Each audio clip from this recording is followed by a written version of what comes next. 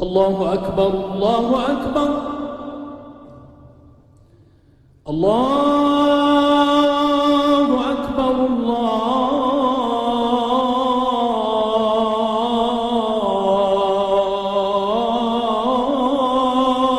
أكبر. Dear brothers and sisters, as we are getting closer to the end of October, and people are preparing for celebrating a non-Muslim celebration of the Halloween. And the problem is that some Muslims themselves are getting ready to participate in this. I'm not talking about the ruling of it, which is haram. And I know everyone here knows it's a haram. And the roots of these celebrations trace back to paganism. And they had religious roots to tell you that it's a haram for a Muslim to celebrate this stuff. Leave it for the worshippers of the shaitan, who sacrifice even humans sometimes, in addition to sacrificing some animals, wearing faces or scary faces. I know you know all of that. You know this is haram. You know this is a kind of paganism. You know that it's not for a Muslim to send his kids to beg others asking for candy, even if we think it could happen for fun. Leave alone all of this, but I want to talk about something else. Relates to our aqidah regarding scaring others generally. Imam Abu Dawood in his Sunan, and also Imam Ahmed ibn Hanbal in his Musnad, narrated on the authority of Abdul Rahman ibn Abi Layla that some of the Sahaba told him that he used to travel with the Prophet sallallahu alaihi wasallam. And most of the travels of the Prophet were during the night time. Then some of the Sahaba slept, one of the Sahaba slept. Then another Sahabi came to steal his robe, to hide it from him. Then when the man woke up, he got scared that something stolen from him. Then the Prophet ﷺ said, and this is the hadith you have to keep in mind, قال لا يحل لمسلم أن يروع مسلما. لا يحل, it's not permissible for a Muslim to scare another Muslim. And the scholars, they say the word لا يحل is an expression of the most restricted expressions of tahrim. Means it's fully haram to do that. Even if you're joking, yes. Even if you try to make fun of a friend, he will laugh after, he will like it, even though it's a haram to scare them, even if you were joking with him. So what we see on those videos of tanks scaring others, hiding their stuff, hiding their shoes, pretending that you're gonna run over him with your car. It happens. Friends do that with each other to scare him. He's riding next to you in your car and you drive so fast to scare him or her, a friend or a wife or a relative. All of these things are haram. To call someone on phone and pretend that you are in trouble or you had an accident, like those who call their parents and their relatives or their friends to tell them that this such and such relative of you just passed away or died. All of these scary crimes are haram. Even if you scare him with something that doesn't harm him. And subhanallah, this hadith, لا يحل لمسلم أن يروع مسلما, is a miracle by itself. In a recent study published by BMJ, the British Medical Journal, at the end of 2015, they had a study over a group of people to see the impact, the effect of scary and horror movies on people. And they found after this study that it affects their blood, increases the blood pressure, increases the release of the glucose in the blood, the adrenaline, and so on, that would cause the blood curdling, that would lead to stroke or heart attacks in some cases, that would lead to death just by scaring someone. And you might have seen in those pranks, he wants to play a prank on his friend, then he died, or at least got heart attack, and they saved his life. And we can share many of these things with you to take the reminder that you don't know what will happen. And Rasulullah sallallahu alayhi wa sallam, more than 1400 years ago, he warns us against these crazy stuff. Because the heart releases the blood in a way that to prepare the body for the horrible injury that would be expected, to prepare the body for bleeding from what it sees. So it gets ready in this way. This sudden attacks may kill someone. And Rasulullah sallallahu alaihi wasallam warns us against this. From the blood pressure, from the heart attacks, especially people who are already sick, like the diabetic people, and you try to play those pranks on them, that would worsen the situation. Listen to this hadith. Nabi sallallahu alayhi wa sallam, the hadith narrated by Abu Hurairah radiyallahu anhu, who said that Rasulullah sallallahu alayhi wa sallam says, لا يشير أحدكم إلى أخيه بالسلاح. No one of you should point at his brother with a sword or a weapon in his hand, because the shaitan may push his hand, then he gets trapped in one of the traps of the fire. You may kill him accidentally, like the cases you just mentioned. Showing him even the gun or so, you shouldn't point at him, because you don't know, maybe like your gun is loaded or so. And even the knife, the Prophet ﷺ prohibited to give the sword naked to someone. You have to put it in a cover or so. All of this to protect the ummah. Even if you are joking with family member or so, this is all are haram. And the Prophet sallallahu alayhi wa sallam prohibited us from doing so. قال صلى الله عليه وسلم من أشار إلى أخيه بحديدة. Someone points to his brother, threatening him, or with the iron stuff or something metal. He doesn't mention whether joking or serious. Serious, of course, it's bad. But even if joking, قال فإن الملائكة تلعنه حتى ينزل. As long as he is showing it to him, angels are cursing him until he puts it down. قال وإن كان أخاه من أبيه وأمه. Even if he is his brother from his parents. So these ahadith would remind the believers that scaring others is not accepted in Islam. Scaring people may kill. And you might have watched that video that a husband wanted to play a prank on his wife, and he put such a scary face. And once she saw him, she ran outside the house, got hit by a car. One of the du'at went to visit his friend to find one of the kids having like mental issue. What's wrong with your child? He said his brother wearing a scary mask scared him. From that moment he lost his mind. Destroyed his future.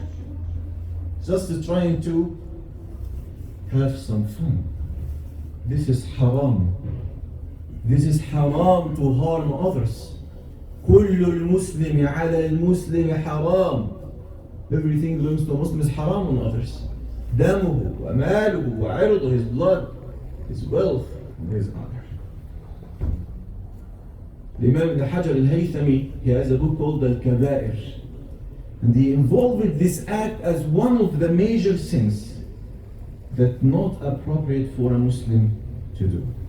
We ask Allah subhanahu wa ta'ala to protect all of us from any evil or receiving evil or causing evil to others. أقول ما يسمعون أستغفر الله لي ولكم. الحمد لله وكفى وسلام على عباده الذين اصطفى ثم أما بعد. As we said, our religion prohibits to harm or scare others.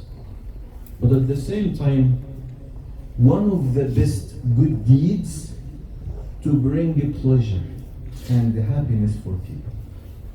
Nabi sallallahu alayhi wa sallam سئل أي العمل أفضل? What's the best good deed يا رسول الله? قال سرور تدخله على مسلم. The pleasure that you can bring to a believer.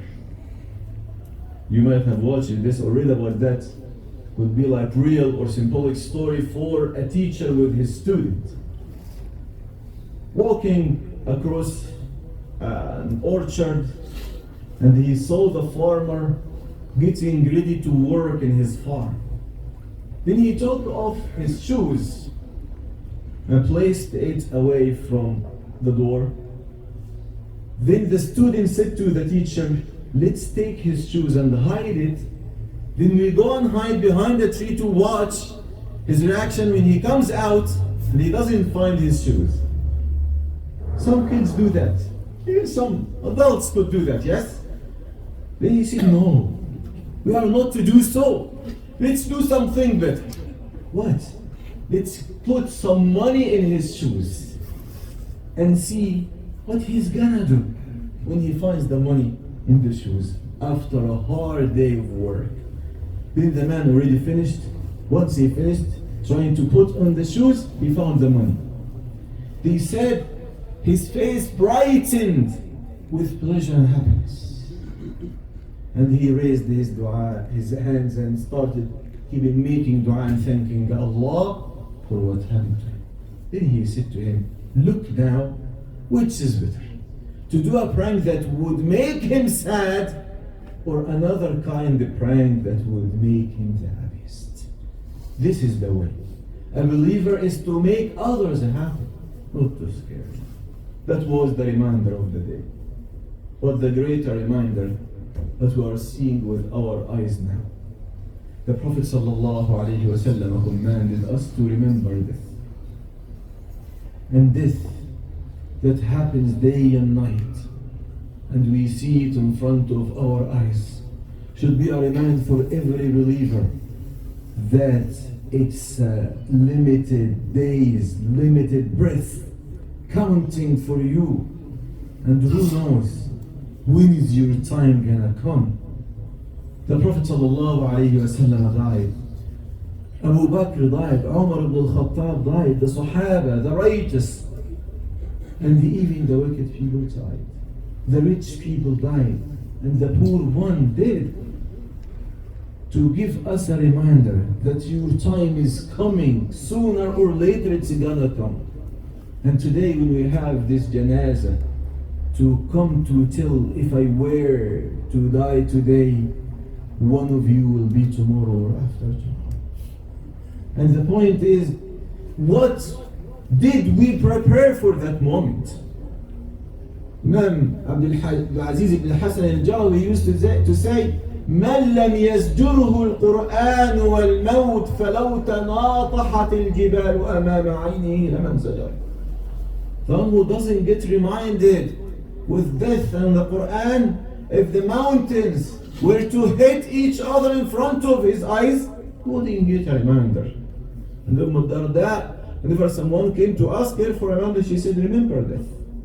Rasulullah sallallahu alayhi wa sallam used to remind the Sahaba, Akfiru, remember death a lot. It reminds you with your end. It helps you to improve your good deeds. One of the greatest predecessors, he used to say, لو غاب ذكر الموت عن قلبي ساعة لفسد قلبي. If I forget about this for 1 hour, my heart will get corrupted. Just for missing the remembrance of death for just 1 hour. Imam al-Hasan al-Basri He saw someone dying, struggling with the agonies of death. And he came back to his family and he was fasting. They offered him the food. He said, وَأَهْلَا إِلَيْكُمْ بِطَعَامِكُمْ وَشَرَابِكُمْ. Keep your food away from me. Wallahi, I have seen something today. I have to keep working for it until I die. Like one of the righteous predecessors, he said, O son of Adam, you have two houses. One in this dunya, in the top of earth, and another one is under the dirt, which is the grave. So one of you, or one of us, would go and keep building and decorating the one that we build upon earth. And we forget about building and preparing the one that person or someone would live in it eternally until the day of judgment. So the best reminder for us is to watch it happen.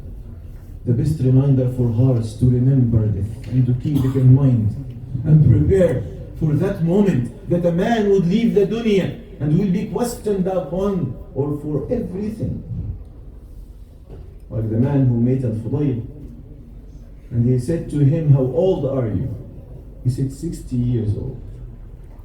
He said, you are about to arrive. You are almost there.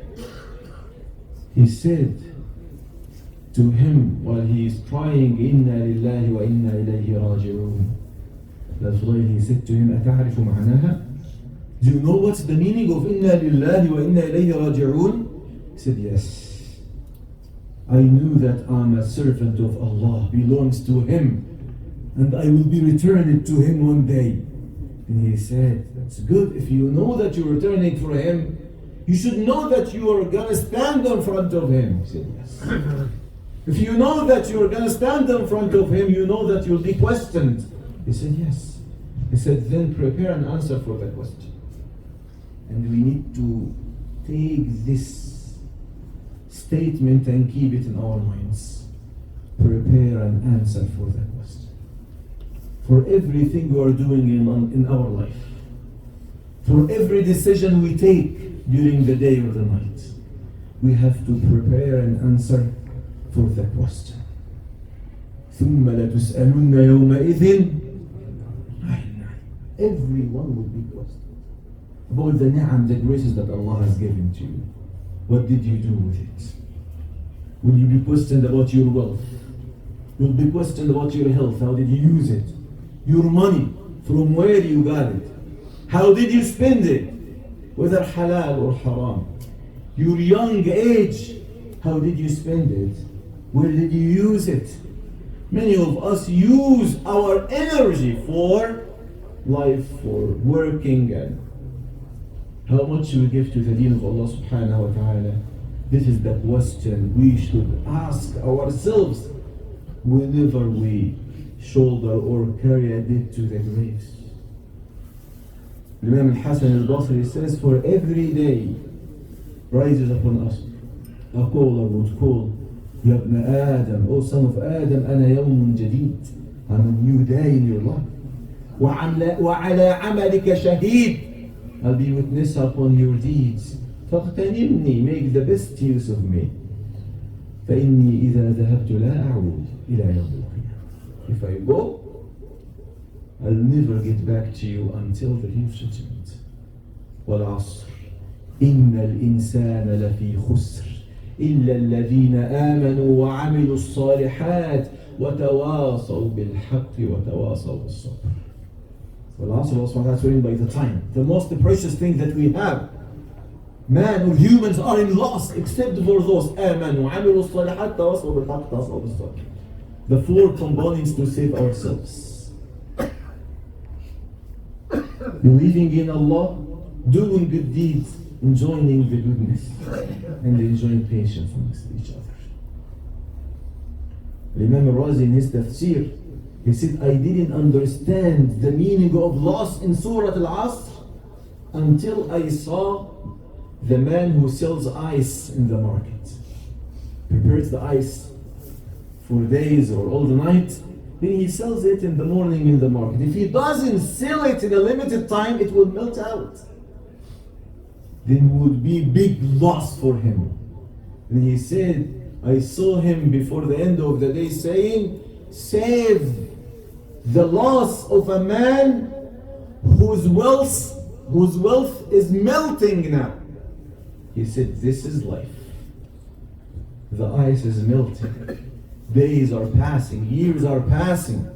Like this, subhanallah. So make the best use of it by worshipping Allah, by remembrance of Allah, by doing the qurbat, the righteous deeds, for the sake of Allah subhanahu wa ta'ala. أقول ما تسمعون واستغفر الله لي ولكم. نسأل الله أن يغفر لنا وأن يرحمنا وأن يعافينا وأن يعفو عنا. ربنا لا تدع لنا في هذا اليوم ذنبا إلا غفرته ولا مريضا إلا شفيته ولا ميتا إلا رحمته ولا حاجة من حوائج الدنيا والآخرة لك فيها رضا ولا فيها خير إلا قضيتها ويسرتها برحمتك يا أرحم الراحمين. ربنا سوف تغفر لأخينا فاروق اللهم اغفر له وارحمه وابدله دارا خيرا من داره وأهلا خيرا من أهله وارفع درجته في عليين برحمتك يا أرحم الراحمين. Brothers and sisters, inshallah, Salat al-Janaza will be after Salat al-Jum'ah, so please join to give the ajr, inshallah. بسم الله الرحمن